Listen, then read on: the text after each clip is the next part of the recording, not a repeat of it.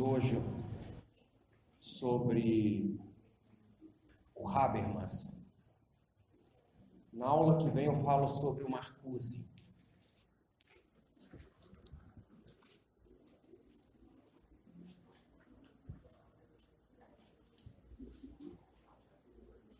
Essa aula de hoje eu já vou disponibilizar também, tá, pessoal? Bom, Habermas. Habermas foi considerado como um pensador frankfurtiano de segunda geração. O fato do Habermas ter sido considerado um frankfurtiano de segunda geração, isso não o invalida enquanto pensador. A grande verdade é que o Habermas, ele está revestido de tanta importância quanto os demais. Por que ele está revestido de tanta importância quanto os demais? Porque Habermas, ele estava comprometido com o projeto frankfurtiano. Tal como Theodor Adorno, Max Horkheimer, Herbert Marcuse, Erich Fromm, Felix Weil, tantos e tantos outros pensadores, Habermas também estava preocupado em desenvolver uma teoria crítica da sociedade. E assim Habermas fez. Habermas vai desenvolver uma teoria crítica da sociedade fundamentado, uma vez que ele era assistente de Adorno, fundamentado nas ideias. Ele segue as pegadas, principalmente de Theodor Adorno. Mas o fato de Habermas seguir as pegadas de Adorno não significa que Habermas não lançou elementos, ou seja, ele não incorporou elementos de pensadores antigos, tais como Freud. Se nós pararmos para analisar a essência do pensamento habermasiano, nós percebemos uma presença significativa, maçante do pensamento freudiano. Além do que também, enquanto sociólogo, o Habermas, ele lança mão de alguns elementos do racionalismo weberiano. Max Weber vai influenciá-lo profundamente. E a influência que Max Weber vai exercer no pensamento habermasiano é no que diz respeito à teoria da ação comunicativa. A questão é, quando nós falamos em Habermas, nós falamos em quebra de paradigmas, nós falamos em crítica da sociedade. E é justamente nisso que consiste a teoria crítica da sociedade, ou seja, é a reconstrução de um novo modelo de sociedade. Ele critica a sociedade, mas com a finalidade de construir um novo modelo de sociedade. Essa é a função da teoria crítica. A construção de um novo modelo de sociedade. Quando nós falamos em Habermas, nós temos que levar em consideração a influência do pragmatismo que está no escopo do pensamento habermasiano, atrelado à psicanalítica ou à psicanálise freudiana, como eu acabei de falar. A questão é que Habermas, ele foi um escritor bastante fecundo do ponto de vista da literatura, ou seja, Habermas escreveu inúmeras obras. Dentre estas inúmeras obras escritas por ele, temos uma que é sempre cobrada nos vestibulares, principalmente na UEL. O título dela é Direito e Democracia, : entre a facticidade e a validade. A questão é que, quando nós falamos em Habermas, ele é preciso ser dissecado enquanto pessoa para que possamos entender o pensamento dele. Por quê? Porque Habermas está dividido em 3 partes. Uma coisa é o Habermas dos anos 40. Isso vocês nunca devem se esquecer. E eu cito sempre isso. Essa trilogia habermasiana, Por quê? Porque isso é fundamental entender o pensamento do cara. Por quê? Porque nós vemos mudanças de paradigmas entre os Habermas. Uma coisa é o Habermas dos anos 40. Aquele Habermas que criticava fundamentalmente a indústria cultural e a cultura de massas. Enquanto assistente de Adorno nessa época, o Habermas dos anos 40, que criticou fundamentalmente a indústria cultural e a cultura de massas, era o Habermas que estava criticando a indústria cultural nazista, ou seja, o projeto de segregação racial nazista.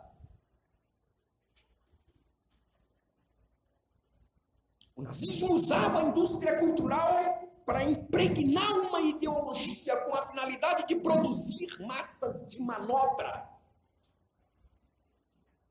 E é por isso que essa tríade, ou seja, essa trilogia, indústria cultural, cultura de massas e ideologia, permeia todo o escopo do pensamento frankfurtiano como um todo.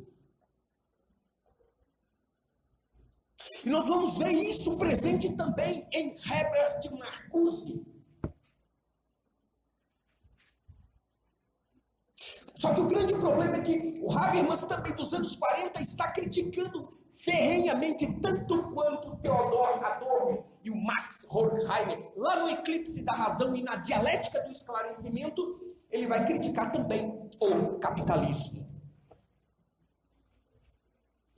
Quando o Habermas critica o capitalismo, nós percebemos que há o desenvolvimento de algumas teses, de algumas proposições habermasianas, como, por exemplo, razão instrumental. Quando Habermas está falando da racionalidade, da razão instrumental, Habermas está criticando, ele está começando a tecer uma crítica ao sistema capitalista. Talvez você vai perguntar, somente ao capitalismo? Não, à técnica também. A técnica está muito presente dentro do pensamento frankfurtiano como um todo. Essa crítica que eles fazem à técnica. Por quê? Por causa do projeto do iluminismo que haveria de emancipar o sujeito, acabou, por assim dizer, também escravizando o indivíduo.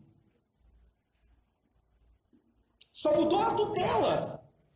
Só mudou o senhor. Se antes o indivíduo era escravo das tradições, ou seja, se antes o indivíduo era escravo do teocentrismo, agora o indivíduo, sob o racionalismo, é escravo da ciência e da técnica, que se desenvolveu, né, e atingiu seu ápice no final do século XX, com o advento, com o surgimento das grandes indústrias, com a industrialização da Europa, dos Estados Unidos, e com a industrialização da Europa e dos Estados Unidos, o capitalismo ganha forças e a burguesia se transforma na classe social mais rica e mais poderosa. Percebe que aquela emancipação que deveria dar certo não deu? Percebe que aquele projeto iluminista havia fracassado? Agora eu sou um escravo da técnica.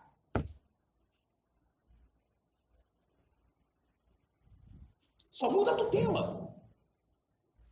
A escravidão continua, permanece a mesma. E aí entra o Habermas dos anos 40, na condição de marxista ferrenho que era. O Habermas dos anos 40, ele, quando olha para o capitalismo, ele tem a mesma sacada, ele vai seguir as pegadas do seu professor, do seu mestre, o Adorno. O Habermas dos anos 40 vai culpar o capitalismo justamente pela escravidão das consciências individuais e, consequentemente, coletivas. O Habermas dos anos 40 vai acusar o capitalismo de ter produzido massas de manobra através do consumismo. E essa mesma crítica, seguindo essa mesma vibe, o Marcuse também vai ter que ser uma crítica ferrenha à técnica. Embora Marcuse não tenha sido contra a técnica, o problema é que quando Marcuse ele critica a técnica, ele critica o homem que fez o mau uso da técnica. A ciência não é nociva, a técnica não é nociva. O problema, a nocividade está no ser humano. O problema está no ser humano. O problema não está no capitalismo, o problema não está no socialismo, o problema não está no marxismo, no comunismo, seja lá o que for. O problema está no ser humano. Se nós tentarmos entender a miserável condição humana, a história humana, ou seja, a história de todos nós, a partir de uma perspectiva antropológica hobbesiana, nós entenderemos todas as mazelas humanas. O grande problema do ser humano é que ele quer sempre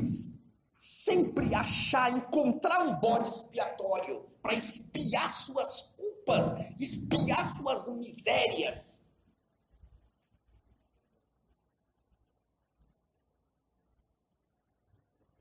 Justamente com que finalidade? Tirar a responsabilidade dos seus ombros. É muito fácil eu jogar a culpa nas costas dos outros. A pergunta que eu faço é: e eu? Onde é que eu, enquanto sujeito dotado de autonomia e dotado de racionalidade, onde é que eu entro nisso? Qual é a minha participação em tudo isso?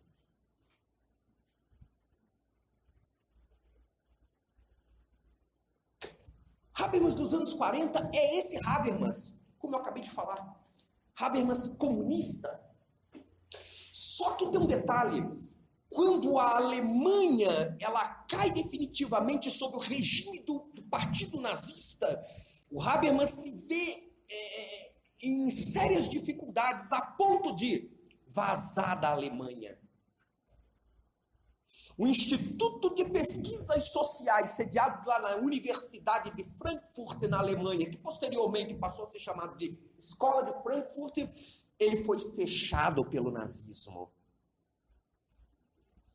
Para a França ele não podia ir. Por quê? Porque a França estava ocupada também pelo nazismo. E a prova tão evidente que justamente dentro desse contexto de ocupação francesa pelo nazismo, o Sartre vaza da França. Porque eram contestadores.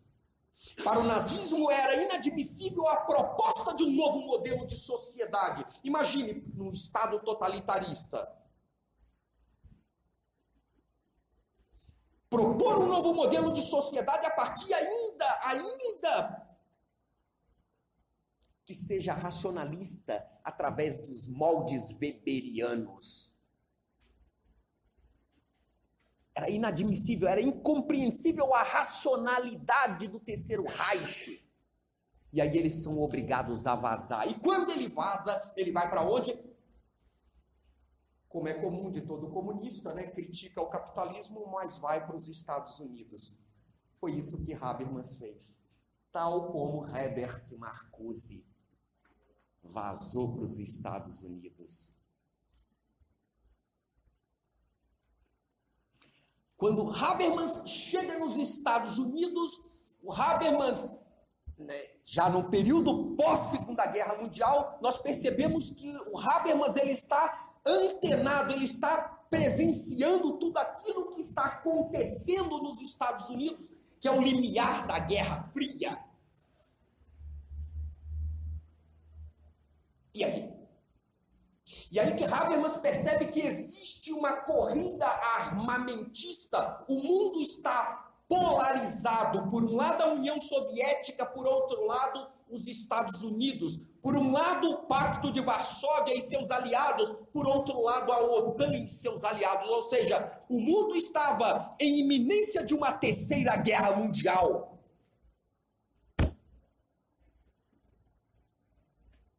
O comunismo na Ásia, na União Soviética, estava fazendo de tudo para poder ganhar terrenos. E o capitalismo fazendo de tudo, sobretudo aquele através do viés dos Estados Unidos, estava fazendo de tudo para conter justamente esse avanço do comunismo. Habermas está presenciando tudo isso, e com isso, em pleno limiar da Guerra Fria, em pleno auge da Guerra Fria, final da década de 50 e início da década de 60, nós vemos o capitalismo norte-americano ganhando forças.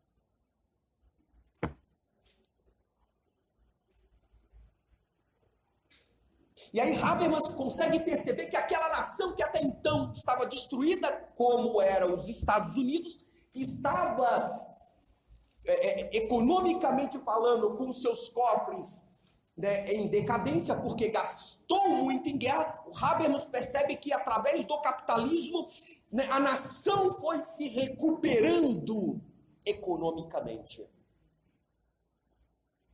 A impressão que Habermas tinha era que tudo aquilo que aconteceu na final da década de 30 e até a primeira metade da década de 40, que termina em 1945, aquilo não afetou economicamente os Estados Unidos. Eles acharam uma alternativa, o Plano Marshall. Já ouviram falar no Plano Marshall? Foi uma tentativa, o Plano Marshall, de estabilizar a economia norte-americana, e assim eles conseguiram, através do viés de quem? Da escola austríaca, Ludwig von Mises. Eles foram os grandes mentores intelectuais, os austríacos, da estruturação da economia norte-americana. E aí? Esse Habermas, lá, do final dos anos 50 e início dos anos 60, quando ele vê que os Estados Unidos está em pleno vapor, está em estado de êxtase, de prosperidade econômica, o Habermas, ele começa a mudar de opinião. Ou seja, o Habermas já começa a flertar com o capitalismo. Isso não quer dizer que o Habermas deixou de ser comunista. Não. Ele continuou comunista nestas alturas do campeonato, mas ele começou a perceber que o capitalismo não era um bicho de 7 cabeças, tanto quanto os seus companheiros frankfurtianos achavam que era, como, por exemplo, o Adorno. Ele começa a analisar, uma vez que ele estava no intestino da história, ou seja, ali nos Estados Unidos, ele começa a analisar toda a economia e todo o pragmatismo norte-americano. Quando ele começa a analisar todo o pragmatismo norte-americano, ele passa a perceber que o capitalismo norte-americano, ele tinha os seus reveses também, ou seja, que o capitalismo, ele também produzia massas de manobra através do consumismo. Mas esse Habermas dos anos 60, ele não parou por aí, ele continuou a análise da sociedade, de toda a conjuntura social, até que o Habermas dos anos 80 já é um Habermas que já está mais moldado ao pragmatismo neoliberal norte-americano. E aí ele escreve Direito e Democracia, entre a facticidade e a validade. Mas o fato de Habermas escrever essa obra não significa que o Habermas, ele não abandonou aquele projeto frankfurtiano, que era o de produção de uma teoria crítica da sociedade. E aí, o Habermas começou a analisar, naquela atual conjuntura, ele chega à conclusão de que toda a sociedade, principalmente as ocidentais, essa sociedade, para que ela funciona a partir de uma racionalidade instrumental.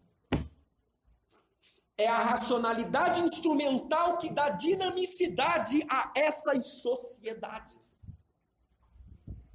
O que seria basicamente essa racionalidade instrumental para o Habermas?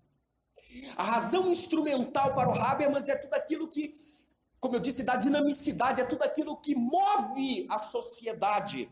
E o que move a sociedade para o Habermas? Tudo que nós vemos. tudo que nós vemos, tudo que nos cerca, possui uma racionalidade instrumental, possui uma razão de ser. Tudo isso que nos cerca, para o Habermas, é aquilo que ele vai chamar de sistema. O sistema é tudo aquilo que está à nossa volta, ou seja, o sistema é a religião, o sistema é a economia, o sistema é a política, o sistema é o judiciário, o sistema é o legislativo, o sistema é o executivo. Percebe que tudo que está à nossa volta, o sistema é a educação.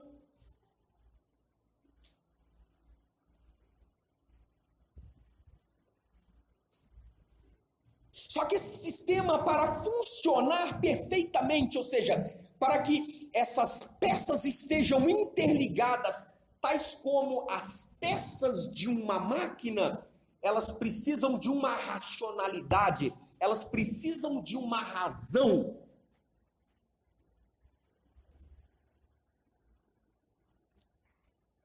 Precisa de uma racionalidade. O que seria essa racionalidade? São as suas estruturas. Em outras palavras, essa racionalidade que move todo o sistema é aquilo que ele chama de burocracia. Essa é a racionalidade. Marcos, né? Marcos é a burocracia. A racionalidade que move o sistema é a burocracia.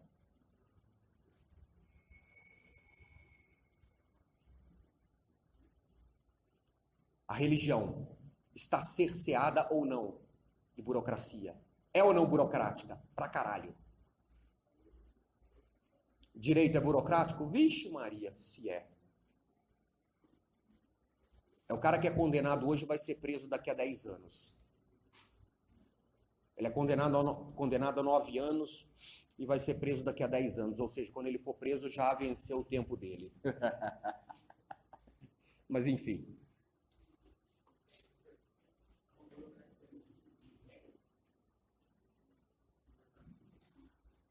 Não, a burocracia. A burocracia é tudo aquilo que dificulta, é tudo aquilo que move esse sistema.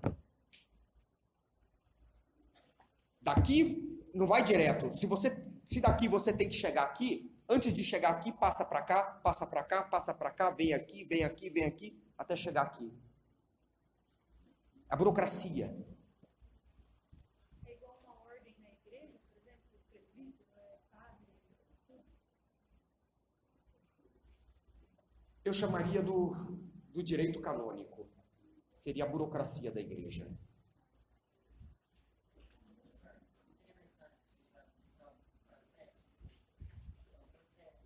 São processos. É o que eu acabei de falar. Você está aqui, tem que chegar aqui, ao invés de vir direto, vem para cá. É igual quando eu tenho que receber, gente. Na realidade, são vocês que me pagam, mas tem que ser liberado aqui. Aqui. Esse filho da puta que tem que me pagar. Mas tem que vir aqui.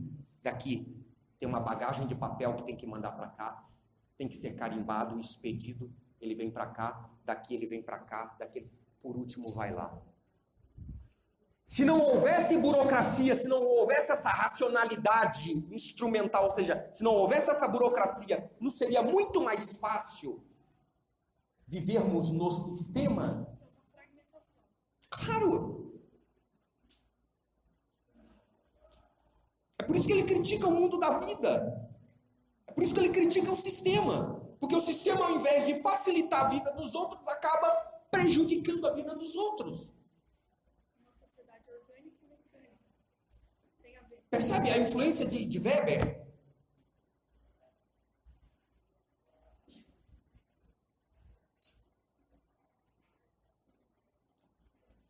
Mas tudo isso possui uma racionalidade, tudo isso possui uma estrutura, ou seja, tudo isso possui uma razão de ser, essa burocracia. que move todo o sistema. A questão é que, segundo Habermas, esse sistema é o que fundamenta o mundo da vida.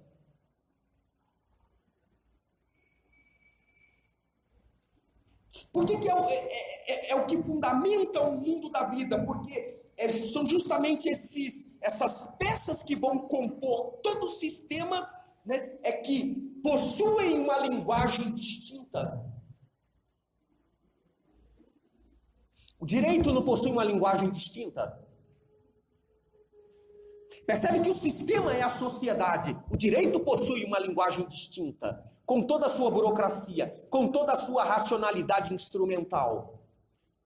A política possui, né, a sua burocracia e a sua racionalidade instrumental, a sua linguagem própria. O judiciário, da mesma forma. A religião, da mesma forma.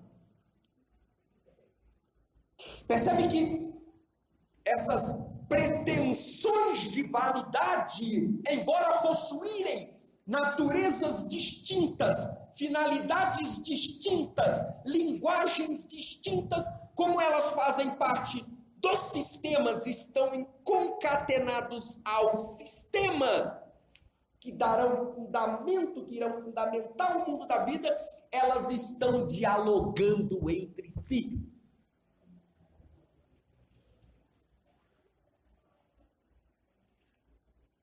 Não são pretensões de validade que estão distintas, que estão desarraigadas no sistema. Não. Tudo converge para o sistema. São pretensões de validade, como eu disse, distintas, com linguagens distintas, com funções distintas, porém, estão ligadas entre si. O legislativo não está desligado do executivo. O executivo não está desligado do judiciário. O judiciário não está desligado da religião. A religião não está desligada da política. A política não está desligada da economia. A economia não está desligada da educação. A educação não está desligada da política. Está tudo ligado. Há links. Tudo está linkado. São justamente essas pretensões que estão dialogando entre si, cada qual com a sua linguagem específica, é que vão dar dinamicidade ao mundo da vida. O que é o mundo da vida para o Habermas? O mundo da vida para o Habermas é o mundo em que nós vivemos, ou seja, é a sociedade na qual nós estamos imersos.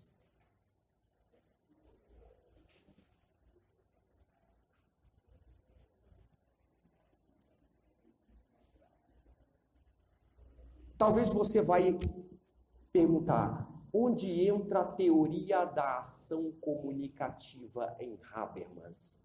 O que é a teoria da ação comunicativa em Habermas? É a proposta de um novo modelo de sociedade a partir dos moldes weberianos. A questão é, segundo Habermas, da mesma forma que em Weber, o que determinava a ação social era a comunicação. Estudaram isso em sociologia? Max Weber. Pessoal, estudaram Max Weber, gente? Sim, né? Estudaram a ação social em Weber? Então, o que é a ação social? Me defina a ação social.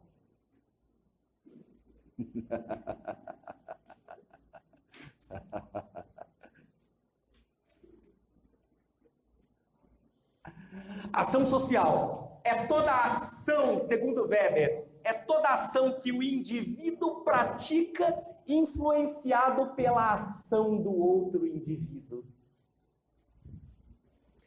É o outro indivíduo que está influenciando diretamente a tua ação.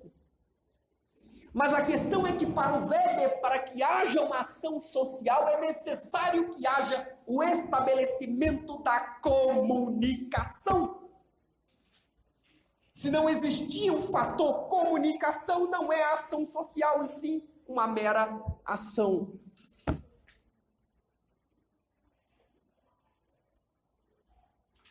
Só que tem um detalhe, essa comunicação, para que ela possa ser entendida, ela é específica, ou seja, ela possui uma linguagem específica. Daí o Weber falar, entendeu, que uma ação social, a ação social, para ser considerada uma ação social, ela precisa ter quatro características básicas. A ação, ela precisa ser afetiva. A ação, ela precisa ser afetiva. A ação social, ela precisa ser racional com relação a valores. Quarto ponto, tem que ser racional com relação a fins.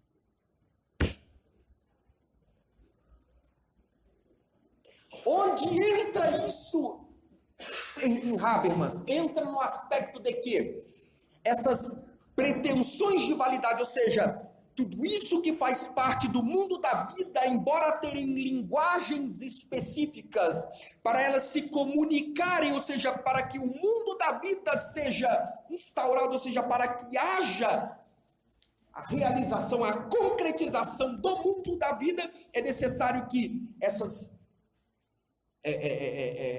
pretensões de validade estejam comunicando-se entre si. Cada uma com a sua especificidade, cada uma com a sua particularidade, cada uma com a sua linguagem específica, mas todas dialogando harmoniosamente para a construção de uma sociedade mais humana, mais justa e mais fraterna. De uma sociedade que não venha, servir como instrumento de manipulação, como instrumento de massa de manobra, mas uma sociedade que seja realmente emancipadora e emancipatória.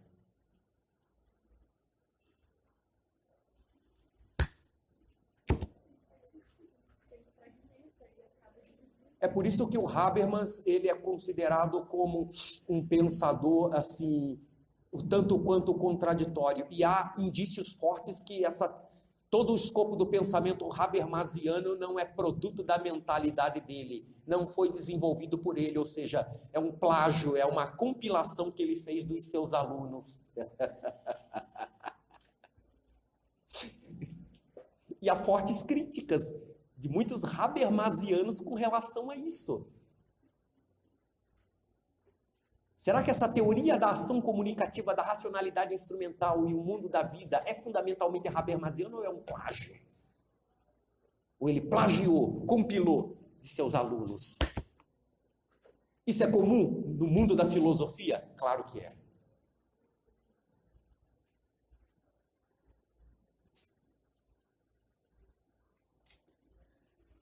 Vamos fazer aquela velha pergunta que eu sempre faço. Entenderam?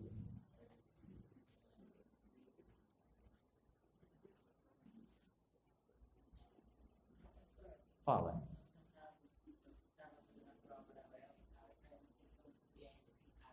A ética do discurso é o nome de uma obra. Desculpa. A ética do discurso. Cada estrutura dessa que compõe o sistema tem que adotar um comportamento específico dentro da sociedade. O judiciário, apoiado pela sua racionalidade instrumental, ele age de uma forma. A política, da mesma forma. E ao agir dessa forma, vai produzir discursos a partir dessa ação.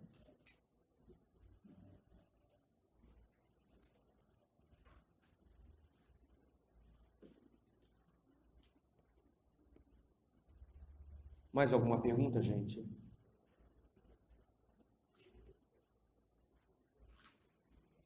Vocês querem que eu libere vocês?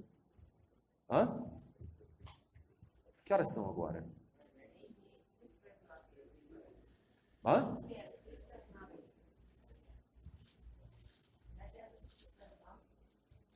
Tá querendo estudar, né, Vânia? Falar nisso, eu não falei contigo hoje. Tudo bem, Vânia? Oi? Na zona é que não é, Vânia. Oi? O que ela falou?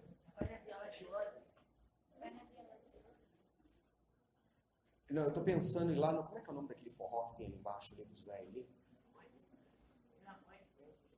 Vamos lá comigo, Vânia. Som Brasil. Som Brasil. Vamos lá no Som Brasil, Vânia? Vamos? Vamos no bate-coxa comigo?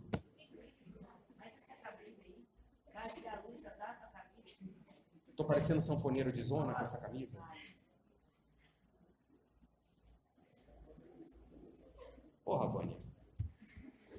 Aí não tem Viagra intelectual que me levanta. Brochei agora, Vânia.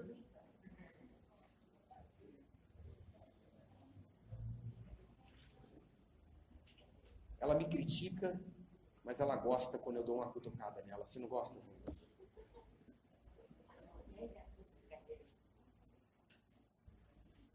Você gosta quando eu te dou uma cutucada, né, Vânia? Você tá quietinha aí, eu vou lá cutucar a Vânia e ela gosta. Aí ela já fica oriçada. Fala, Vânia, fala sério, vai. Quero escutar. Ah.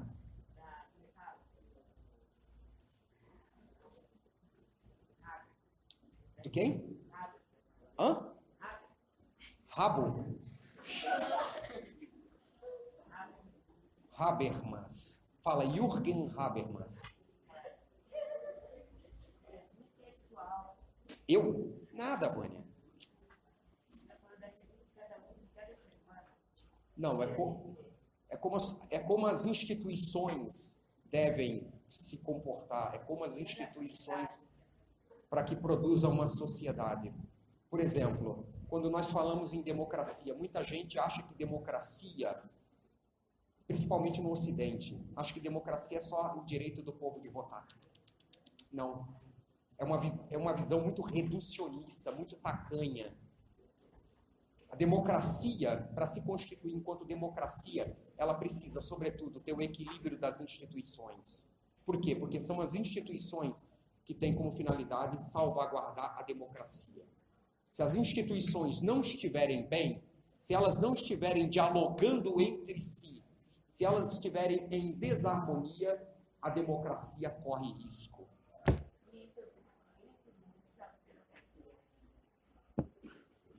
Porque tem essa visão tacanha. É só estudar ciência política.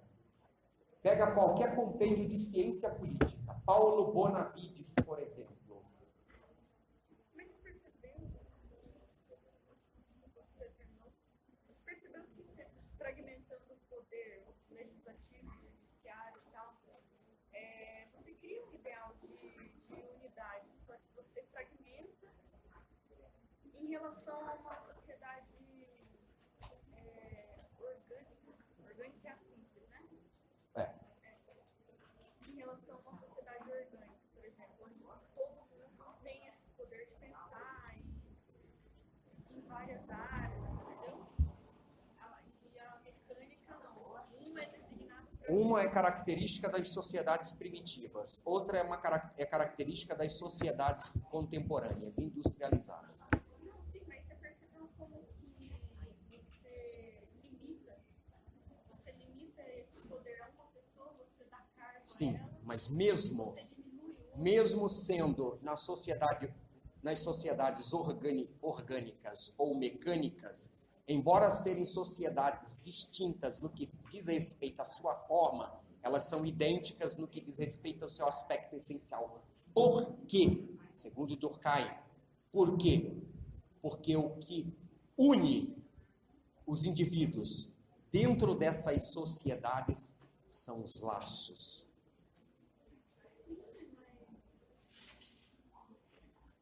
Mas a primitiva parece que comunica muito melhor. Se bem que se o pajé for uma mentalidade que ele é melhor que os outros, aí surge aquela fragmentação de você vai trabalhar para mim, que é um princípio de tudo do domínio. Sim, mas a fragmentação sempre existiu desde a história primitiva do ser humano. Você acha que nessas sociedades primitivas aí, que você acabou de citar, não existe estratificação social? Claro que existe. Existem as hierarquias. É igual você falou, não é um modelo, é um ser humano. É o ser humano.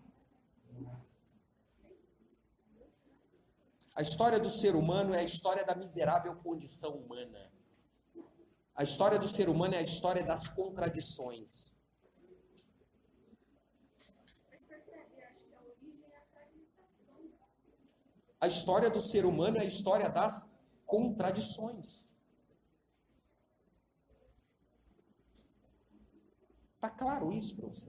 Sim, Deus já Dicotomia, essa dicotomia, essa influência do parcismo dentro da escatologia cristã.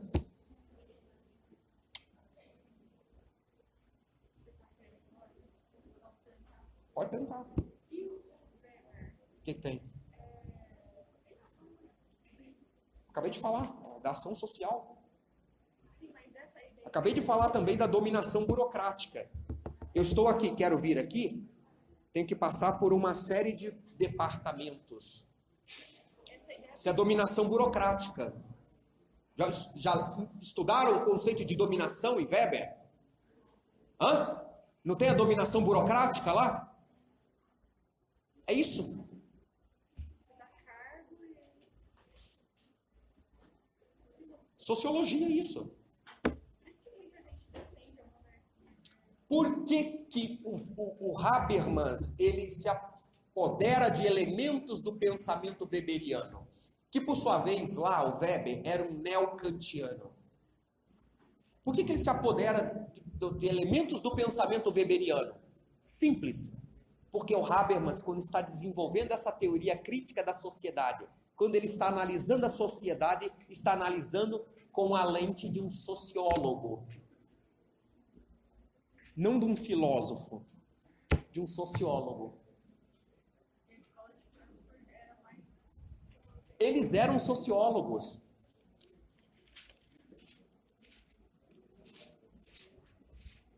Comente sobre João Calvino. Ei, Calvino, que mandou matar Serveto num tribunal em Genebra, porque não acreditava na Trindade. Eita, Calvino, aquele que disse que a riqueza era o sinal da predestinação. E graças a essa tese proposta por ele, que a burguesia genebrina se transformou numa burguesia altamente mercantilista, quando ele lança essa proposição, ou seja, a riqueza é o sinal da predestinação, ele lança as bases fundamentalmente para o quê? Para o capitalismo emergente na Europa no início da Idade Moderna. Aí mais tarde, o Weber, em Ética Protestante e o Espírito do Capitalismo, quando faz uma análise, quando ele analisa todas as tradições cristãs, ou seja, o modus operandi de todas essas tradições, como elas analisavam a questão do trabalho, quando ele analisa essas tradições, ele se detém à tradição calvinista, por quê? Porque ele era de propensão calvinista. Quando ele vai falar, lá na Ética Protestante, o Espírito do Capitalismo sobre a ética calvinista, ele aponta para o aspecto de que a ética calvinista era, portanto, uma ética do trabalho. Quanto mais você trabalhar, maior é a probabilidade de você enriquecer-se. Mas você só pode trabalhar se você estiver sob a bênção de Deus.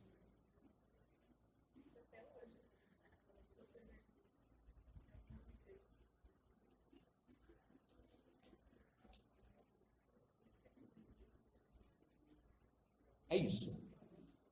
É um livro simples, fino, gostoso de ler. A ética weberiana, a partir do viés calvinista, é uma ética do trabalho.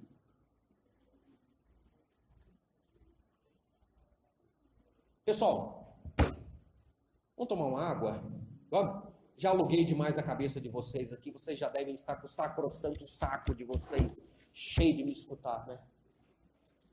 Tchau, gente. Obrigado pela atenção de vocês aí. Até quarta que vem. Faça.